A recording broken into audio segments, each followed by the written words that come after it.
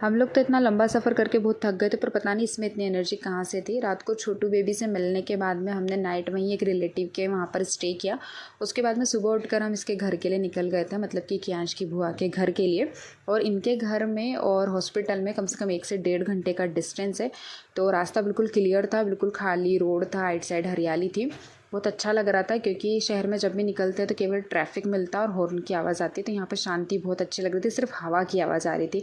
फिर घर पहुँचते ही कियांश के पापा तो अमरूद तोड़ने लगे और कियांश भी इनके पास चले गया था। और यहाँ पर एक छोटी सी गैया थी जो कि कियांश को बहुत पसंद है, तो कियांश यहाँ पर खेल रहा था, क्योंकि शहर में तो बहुत कम देखने को मिलती है।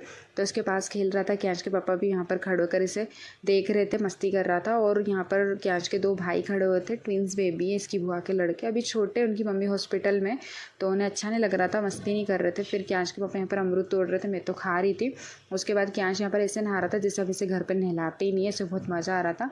फिर हम लोग भी नहाकर खाना वाना खाकर निकल गए थे, क्योंकि फिर इंदौर के लिए निकलना था और निकलना भी ज़रूरी था, क्योंकि कियांश के पापा को अगले दिन ऑफिस जाना था। और एक दिन पहले ही हमने इतना लंबा सफ़र किया था, तो कियांश के साथ थोड़ी प्रॉब्लम हो रही थी, फिर भी हम जैसे तैसे करके जल्दी निकल गए।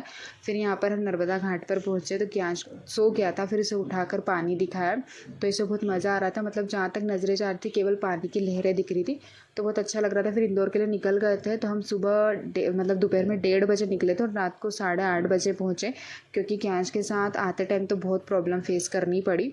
घर आकर हम तो बहुत ज़्यादा थक गए थे, और मैं तो बहुत ज़्यादा ही थक गई थी, क्योंकि इसको संभालना सारी चीज़ें, और इसमें इतनी एनर्जी थी कि आके मस्ती कर रहा था, इतना थकाने के बाद भी मस्ती कर